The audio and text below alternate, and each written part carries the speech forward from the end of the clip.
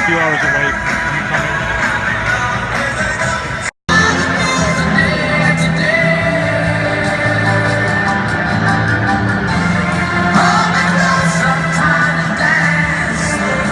Nice peaceful rally. I tell you what. Thanks, Ryan. Look at this, man. Western New York, awesome. Fantastic. You know what, guys? Obviously, we all know I'm not a politician. I'm not a public speaker. I'm just a football coach.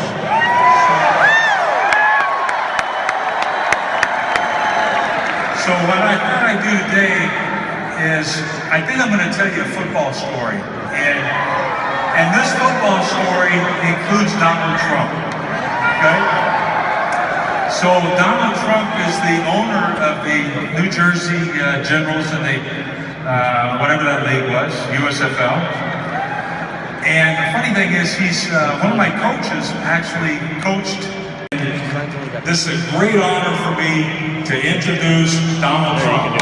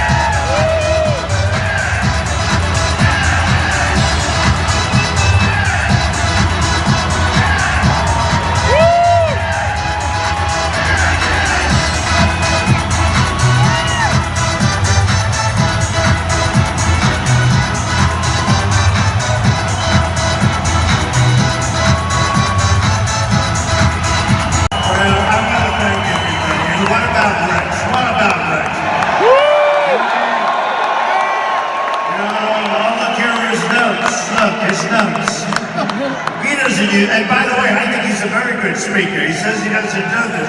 I'll tell you what he is. He's a great, great football coach. Here, Rex. Great football coach and a great guy. I want to thank Rex and Michelle. Amazing. You know, he won the championships in New York, AFC, I think twice. And always had these teams that were brutal. They were just good. Great defense. And I've been watching, and I'll tell you, you're going to have a very, very good season this year. You watch. And that's because you have a great coach, and you really do. And he's also a terrific guy. So listen, we're here tonight to discuss lots of things, but you know, something that a lot of people didn't know, I bid $1 billion for the Buffalo Bills. I bid $1 billion. And I sent out a certified letter from a bank, and the bank said Donald Trump will give on 24 hours notice to the NFL $1 billion for the Buffalo Bills, which tells you I love Buffalo, right?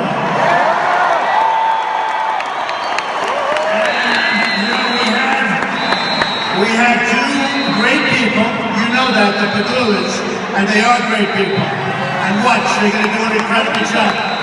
First great move is getting Rex to coach the team. First great move is getting Rex. But you know what I want to do? Oh, do we have already?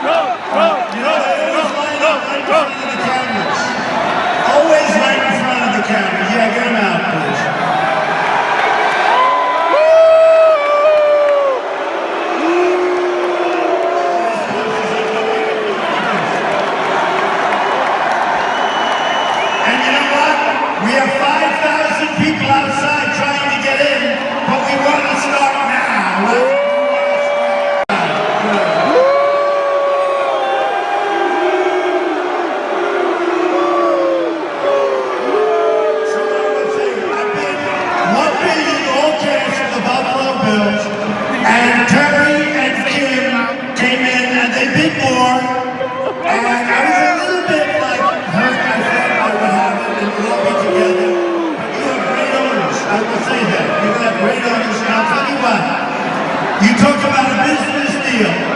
He was in the oil business and the fracking. He sold his stuff at the exact perfect time, and he invested in the NFL. That's a great thing that he did. So you talk about great business deals. And by the way, with the other stuff, isn't going in the right direction. So they made a terrific deal. Thank you. Look at this. Get him out. Go home without me.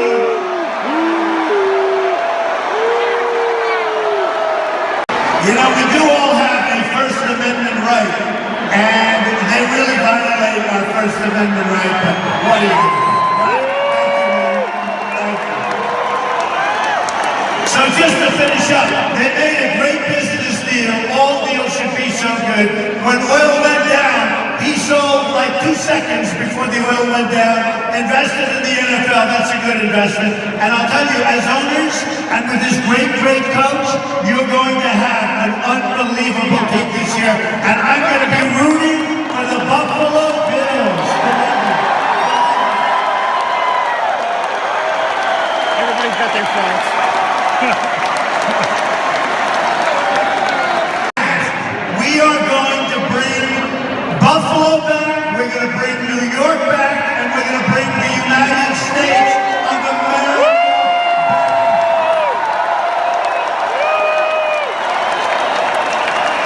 So, on the way up, I always do this. I've been down to Syracuse, I'm all over the state. And we love this state, and we love New York values. Do we agree?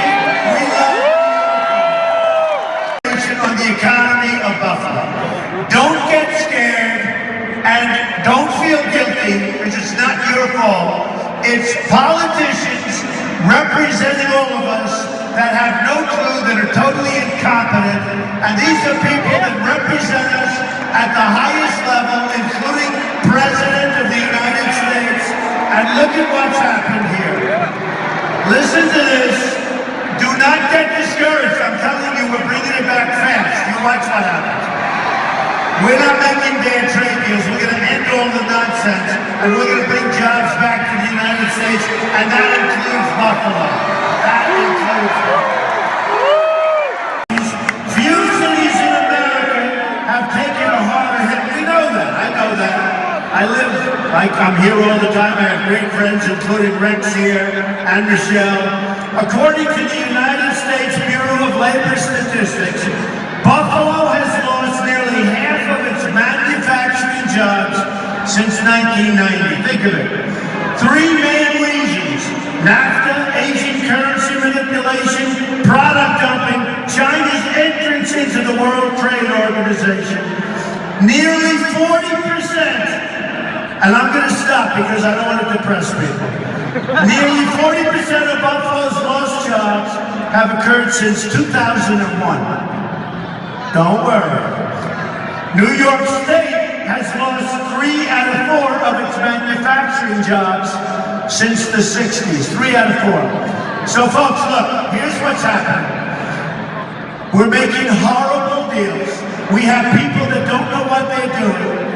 Companies are moving to Mexico and every place else. We have NAFTA, which was, by the way, a Clinton deal. And as you know, Bill Clinton was married to crooked Hillary Clinton. Disaster. NAFTA has been a disaster. Now we have a new one coming up. Trans-Pacific Partnership. It's going to make NAFTA look like peanuts. We are going to cut it out. We're going to stop it. It'll be detrimental as hell to the people up here and all of the people in the United States. And by the way, Ted Cruz, Lion Ted Cruz, one of the great liars of all time, Lion Ted. How you doing? What's up? We're doing great. We're winning. And then you see, I'm killing him on stage, and I'm up 2 million votes or more than that. 2 million votes. How we doing? What's up? How are we doing?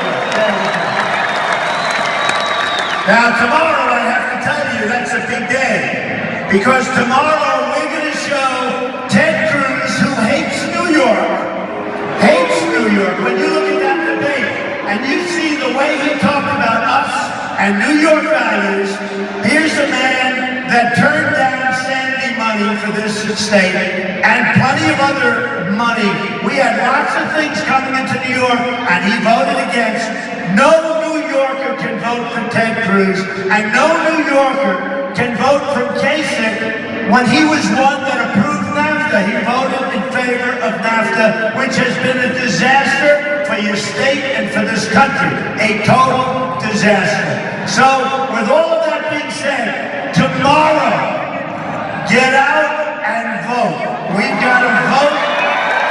And you know, Cruz is way, way down in the polls. And Kasich is not even sort of showing up. I think he's 1 for 32 and he's the governor of that state. And if I spent another 2 days, I think I would have beaten him in that state. We were close. And Cruz is just a catastrophe. He didn't even get 50% in his own state. He was way below 50%.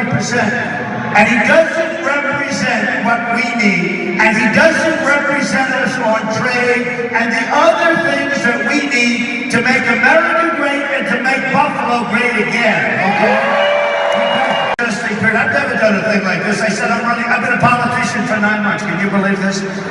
Although it's been interesting. But you know what? Seriously, it takes guts to run for office like this. You know, I never did it before. We've had debates. Every online poll said I've won every single debate, which is always nice. And I've been on center stage. We've been #1 virtually since the time I announced. Because people know that not only are we going to get great crowds like this is crazy. You know, when they said we're going to take the arena up in Buffalo, they said, oh, don't do that. It's a massive arena. Look at this place. Just take a look at it.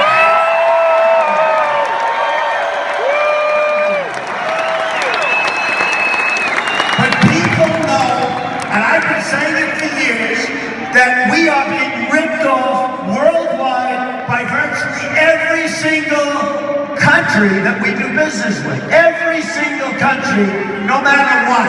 You can look at everyone, you can call out a name. Every single country that we do business with, we end up with the short end of the stick. And it's going to end here. It's going to end. You know, it's really nice. I'll tell you what I want to do, as long as you're shouting, and I love to hear it, nothing nicer than USA. I think what I want to do is I want to talk just for a second. I wrote this out, and it's very close to my heart because I was down there, and I watched our police and our firemen down on 7-Eleven, down the World Trade Center right after it came down. And I saw the greatest people I've ever seen in action. I saw the bravest people I've ever seen, including the construction workers, including every person down there. That's what New York values about. And so I wrote out a little something. And I'd like to talk about the New York values that we all know so well. The values that make us love this state, despite its problems. We love this state. We know it's going to come back. If I'm president, it's going to come back so fast you won't even believe it. You watch. And New York has been a symbol of American strength in the world. Now, where do we see the values? We see the values with our New York police and firefighters. They don't get enough credit. These are great, great people, great America. We see it with the New York transit workers. You saw what they went through and you saw the strength and the dedication. We see it with families that go to your parks, Central Park, all of your parks in Buffalo's, your parks, not only in Buffalo, but Syracuse. And I was to every place, Rochester, Albany, we had 20,000 people in Albany, and an arena like this, you see it all over. You see tremendous, tremendous spirit. You see it in restaurant workers, in delis, and factory workers in upstate New York. The ones that are left, but we're going to bring up, don't worry. You see it really in the whole fabric of the community. And what are New York values? Honesty, and straight talking. A lot of times people say, oh, you tell it too straight, Mr. Trump. Don't. I think that's what we like, don't you think? We work hard. We work hard and we're proud. You see it in our family values and our families. You see it in the energy to get things done. You hear about it all the time. The energy in New York and the energy in New York State. We're builders, we make things, we have courage, and we do great, great jobs for our community. We have great community service, and that's where you see it. We're all to see in the aftermath of 9/11, a strike at the heart of our city and our nation, and in fact even the world. This was the worst hit that our country has ever taken, worse than Pearl Harbor. Because when they attacked Pearl Harbor, at least it was military. This was civilians. These were great people. Everybody in this room practically knew somebody that died or somebody that was horribly injured during that terrible day. But this was an attack on civilians, and this was the worst attack in the history of our country. And when you think of what we've done since then and how we've reacted, that's New York values, folks. That's New York values. They're going to build a wall and Mexico's going to pay for the wall and you know it. And they know it. In our darkest moments as a city, we showed the world the very best of America. The firefighters and first responders and the police officers and the Port Authority workers, all of them who ran up those stairs knowing that the end could be very near. They knew it. They felt that building. They knew bad things were going to happen, and they ran up those stairs and nobody came back. That's New York values, folks. That's New York values. A great guy, the chaplain of the New York City Fire Department, who died providing comfort and prayer to the wounded and the fallen on 9/11. A good friend of many people in this room. He really displayed New York values, and he knew what was coming very, very soon. Who helped rescue each other and those that perished, knowing that if they left earlier, they could have gotten out. They didn't want to do it. They stayed. They helped other people. Those are New York values. The restaurants and local businesses who kept their shops open to help the first responders and help people in need. Those are first. I'll tell you what, those are really the people when you think in terms of New York values. The bravery. And you never hear about somebody who left, who was running in the opposite direction. These people were going through terror, and you know what happened. Everyone who helped clear the rubble, and I was there, and I watched, and I helped a little bit, but I want to tell you, those people were amazing. Clearing the rubble, trying to find additional lives. You didn't know what was going to come down on all of us, and they handled it. Every small act of kindness, every great act of courage, those are New York values, okay? Ted Cruz talks about New York values, folks. Those are the values that we want to talk about. Now, let me just tell you a couple of things and why tomorrow is so important. Because the system is rigged. It's not meant for a guy like me who's not taking any money from these special interests. I'm self-funding my campaign. System, just like so much else in government is rigged. But I've never seen anything like it. When you have a Colorado or a Wyoming, in the case of Colorado, they were supposed to vote. They said there were no changes made, but there was. I announced in June, people saw that I was going to do great in Colorado, and all of a sudden in August, they changed the system. They took the vote away from the people of Colorado. They didn't give the vote to the people of Wyoming. Now, I could have done really well, because I'm very good at dealing with the bosses. But, you know, you've had it, and you say, forget it. You can take them out to hotels, the delegates. You can take them on planes. You can do whatever you want to do. You know what? I said, no way, because we're going to get there. We don't need it. We're going to get there. It's a rigged and it's a corrupt system. But we're going to get there, and I believe we're going to do it much more easily than people think. And we're going to do it in the first ballot. we're going to get to that big 1237. It's Trump against Clinton. That's going to be the greatest voter turnout in the history of our country. And I think that's true. And that, by the way, is the good thing. It's good for us, too. By the way, the more people that come, the better. But it's a great thing because, you know, historically, our country has done very, very poorly in voter turnout. A lot of people don't vote. Now, the Republicans have increased almost 70% from what it was 4 years ago when Mitt Romney choked and he lost an election that should have been won. That was an election that was just waiting to be won. And they lost it. They blew it. Same group, same people.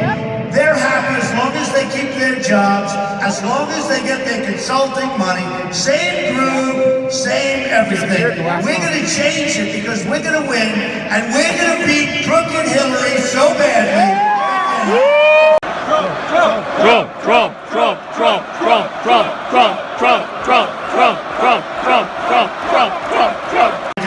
Had a great poll from Fox, and we had some great polls from everything, but against Hillary, we're going to do something. But you have to understand, folks, we haven't even started with crooked Hillary yet. We have not started the game. We have, only about 2 months ago I did say something, and she went like that, and then Bernie got the credit for doing well. Since then, I don't know if he's lost. And think of it, I'm no fan of Bernie, believe me. But no, that's okay.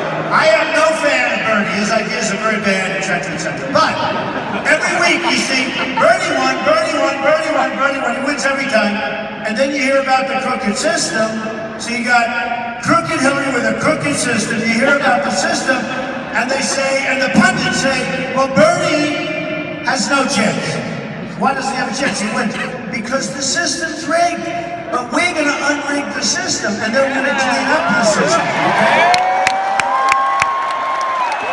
In our case, it's worse because it's more sinister. It's harder to see, but it's actually more devious, and it's worse. And you know what? We have millions of people that came out to vote for Trump, and they're not really voting for me. They're voting for what we want. You know what we want. We want great trade deals. We want a strong military. We want to take care of our vets. We want to beat ISIS and stop playing games. Obamacare.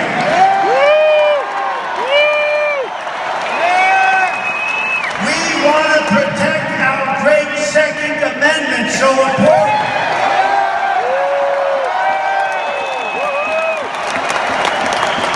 We want to end Common Core.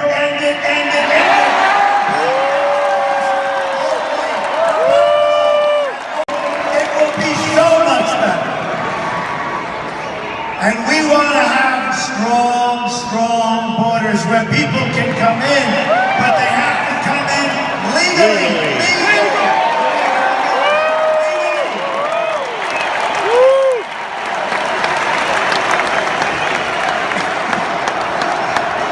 Build that wall.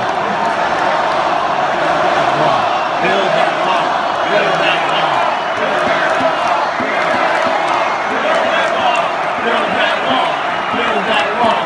For 17 people, and you know I get a kick. They say Donald Trump didn't hit 50%. I'm dealing with 16 people over here. How do you hit 2? You got all these people up there.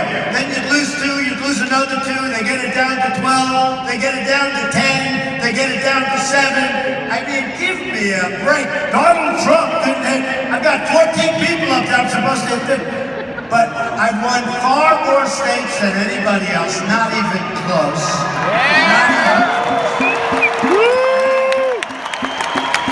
And as we all know, but it's never covered millions of votes for. And it's going to be interesting to see what happens, because I'm saying that we're going to hit the 1237, I believe. You got to go and vote. And Pennsylvania, and Rhode Island, and every state we're looking at, Maryland, we are looking so good, and Indiana's going to be great, I think, Indiana. We're going to get out to California. I mean, we have a lot of stops, and I'm going to work so hard. And, you know, my family said, Dad, why are you doing this? I say, because honestly, we can do something that's so special. We're going to turn this country around. We're going to make the greatest trade deals ever made. We're going to become so strong, so powerful, so rich, and you're going to be so proud of our country again. We're not going to be there. One of the debates, one of my folks come up. First of all, they all said, remember, you can't build a wall. China built a wall 13,000 miles long and 2,000 years ago. 2,000 years ago. The Great Wall of China. This is the Great Wall of Trump, I guess. People of Buffalo.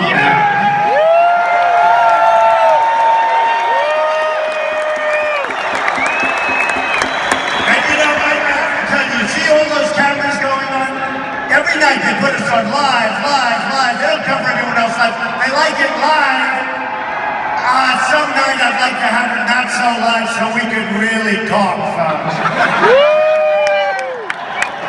But these are the most, I'm telling you, these are, well, let's see, Lion, Ted, maybe it's for, by the way, wouldn't it be interesting if Ted Cruz came in third tomorrow? Won't that be interesting?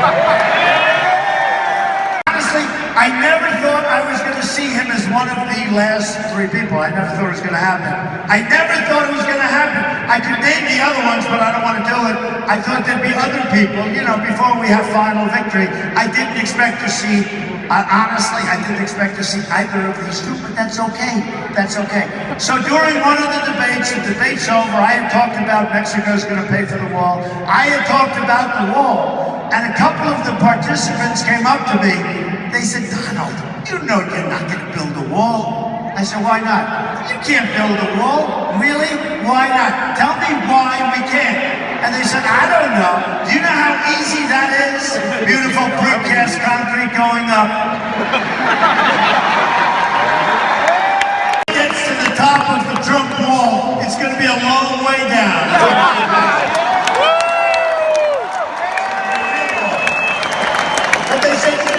Build the wall, and I said about the Great Wall of China, which is a very serious wall, by the way. I told them about the Great Wall of China. I said, look, over there, you're talking about 12,000, 13,000 miles. Over here, you're talking about really 1,000 miles. It's 2,000, but because I have a lot of natural barriers, etc. We have 1,000 miles. They said, you'll never be able to build it. So easy, so easy. When I can build 6,000 units in the middle of Manhattan on the Hudson River, I can guarantee you,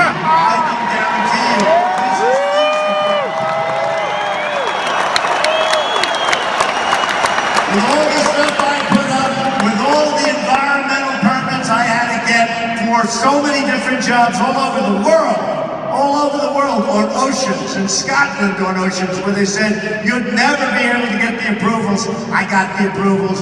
In New York, in Manhattan, in Washington, in California, no matter where, on the Pacific Ocean, with all of what I've done. Look, I borrowed $1 million. And I turned it in a relatively short period of time into more than $10 billion, okay? Iconic companies, some of the great assets anywhere in the world, all of the papers are filed. I had to file the papers. A couple of friends of mine, you know, many of the great businessmen supported me. And by the way, we're going to use these people to negotiate with China, Japan, and Mexico. These are the best negotiators in the world. We have political hacks right now. So it's a company with some of the greatest assets, most iconic assets in the world, very little debt, tremendous cash flow, all the papers are filed, the press was devastated, they went to sea, they were going crazy, it's like a feeding frenzy, they were going to do a number, and then they said, oh man, he really built a great company, you know, it's private, they didn't know, it's the first time I've ever done a filing, and you know what happens? I'm not saying that in a braggadocious manner, I'm saying this. This is the kind of thinking, and at least for a period of time, till we straighten things out bigly, that our country needs.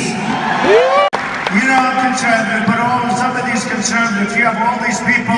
I had so many ads. I had 55. Now, I didn't even believe this. I saw it on television. I had, which you can never believe 100%, so maybe you're right. Listen to this, I thought it was impossible, but I knew it was a hell of a lot. You heard the story during the golf tournament, Doral, Trump National Doral. Adam Scott is winning.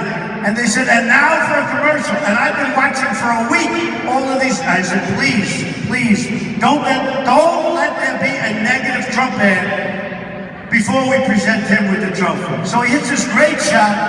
They say, and we'll be right back. Trump ad. And I mean the most negative and untruthful. Most of it's untruthful, not all, but pretty much. And I'm saying, turn the televisions off. They're all over the greens, all over. I said, get the televisions off. Anyway, I was hit. But let me just tell you, 55,000 ads. 55,000! I said, that's impossible. And 55,000, like close to 100 million in negative ads. Then you listen to Casey, and he said, nobody ever hit him with an ad. Nobody talks about it. He said he does well against Hillary. As soon as they run the first ad, that's the end of him. As soon as they run some negative ads on Cruz, and boy, would he be easy, that's the end of him. And think of it, 55,000 ads and we're doing well, 55,000 ads and we're going to win New York State, which no other candidate even has a chance. We're going to win Michigan, we're going to win Pennsylvania, we're going to win states that aren't in play, and we're going to win Florida bigly. You know what they did in Florida, folks? You know what they did in Florida.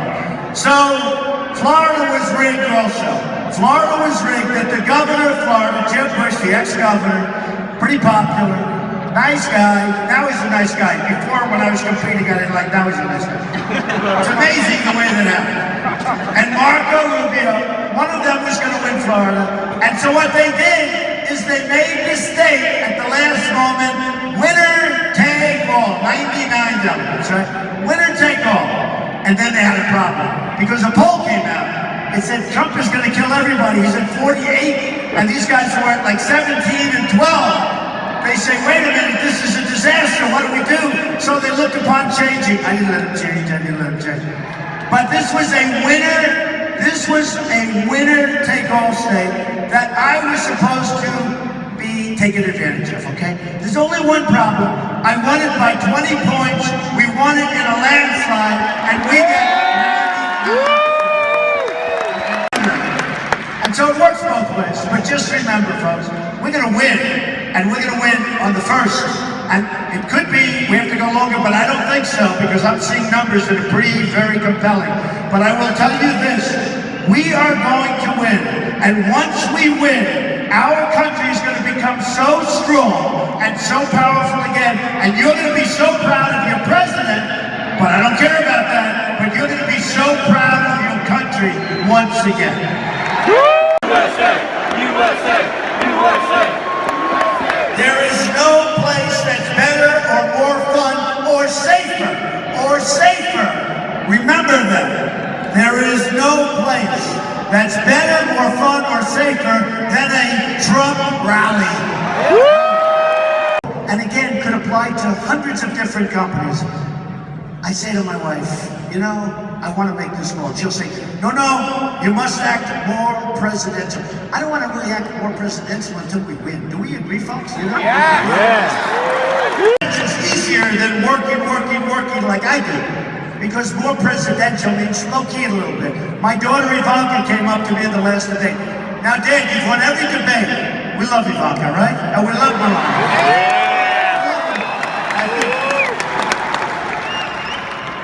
But my daughter Ivanka, she said, now, Dad, be presidential. Then my wife says, no, be very presidential. I said, wait a minute. I've won every debate. If they hit me, I gotta hit them back. They said, no, you don't. I said, yes, I do. And it worked out really well. And you know what? We're doing great. But here's the story. I'm going to say to my family, I'm sorry, this is too easy. I want to call carrier. Can you imagine? President of the United States calling for the head of an air conditioning company, right? But the head of an air conditioning company that didn't do right by us, okay? And while I could give it to somebody, it's just too quick, too easy, and I love this stuff. It's like, I'm very natural at it. I'm really good at it. So here's the conversation.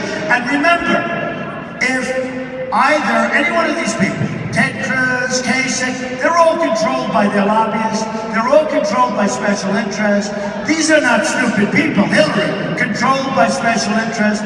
When their special interest calls, when their lobbyist calls, when their donors call, and they have a stake in the deal, they're not going to do what's right for you. I didn't take any money. I have turned down, if I would endorse me last month from Arizona, and there's nobody better or tougher or fairer at the border than he is. So I'm saying, every unit that you make and you send across that border, you're going to pay a 35% tax for that unit. We're sitting, look at you, everybody's standing. You're all saying, you can sit down, but stand. Stand is better, it's more respect. And I'll tell you what's going to happen. I will get a call the next day from everybody. You know, the lobbyists, they never gave me money. The special interest in it, I know these people. I'm not doing anything. I'm working for you folks. I'm working for you. I don't need this. Is that the coolest legacy? That's almost as good as owning the Buffalo Bills, right? So here's what happens. I'll say forget them, forget them. Then the head of carrier is going to call me. I said, Mr. President, will you change your mind? I said, absolutely not, 100%. I'll be ready to hang up. And he'll say, Mr. President, sir, we're not going to move. We're not going to leave the United States, 100%. Watching what's going on with these companies leaving the United States. The politicians don't even know what's happening. It's happening far faster than anybody can even discuss. They ought to do headline banners because there's nothing worse, not many things worse, I will tell you that. But we got to stop it. Now the way you stop it is that. I've been watching now for 4 years politicians negotiating with each other. They're not business people, and they're all bought. They're bought and paid for by special interests that want to see these things happen. So what's going to happen is they will never ever come to the conclusion, and how simple a conclusion. Now when Ford and Carrier and Nabisco is moving out of Chicago, and they're moving where? To Mexico. No more Oreos, no more. So here, 100%, if we negotiate tough, number one, we have to work with our companies to keep them where they are. Most importantly, we have to keep them in the United States.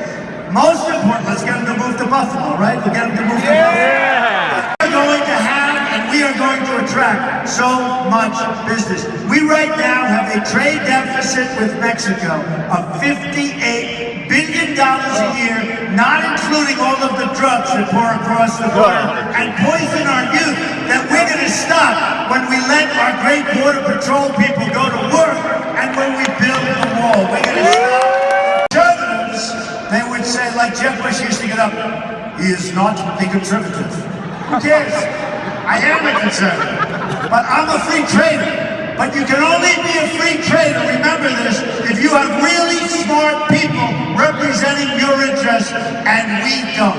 They're either not smart, or essentially they're paid off with campaign contributions, and either one of those situations is not acceptable, okay? It's not acceptable.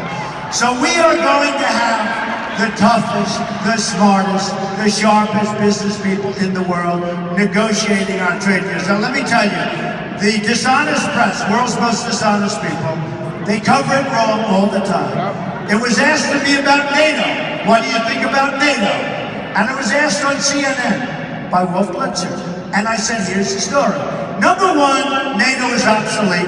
Number two, the countries in NATO are not paying their fair share. They're not carrying the baggage. They're not paying. We're protecting these, and they take advantage of us. And who can blame them for doing so? So I said, you always have to be prepared to walk, but we'll never have to walk. They have to pay up, folks. They owe us tremendous amounts of money.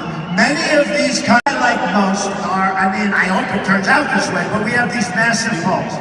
I don't like to leave here and you're going to say that was a great idea. But more importantly, tomorrow, you're going to go and vote. And you're going to make sure all your friends are going to go and vote.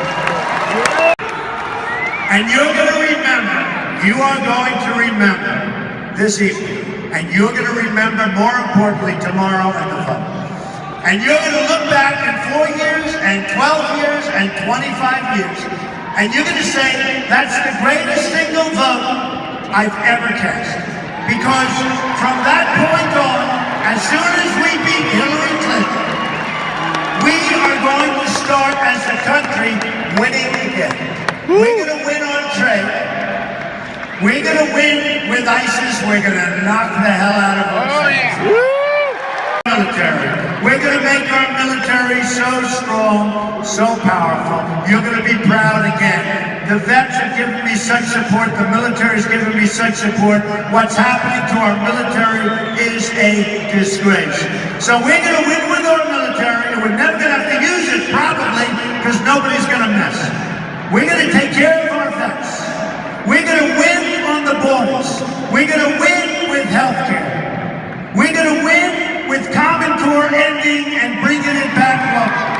Second Amendment. If we had guns on the other side of the room in Los Angeles with bullets flying the other way, or if in Paris, the toughest gun laws in the world, if in Paris they had guns with bullets firing the other way, you wouldn't have had 130 people absolutely decimated and killed.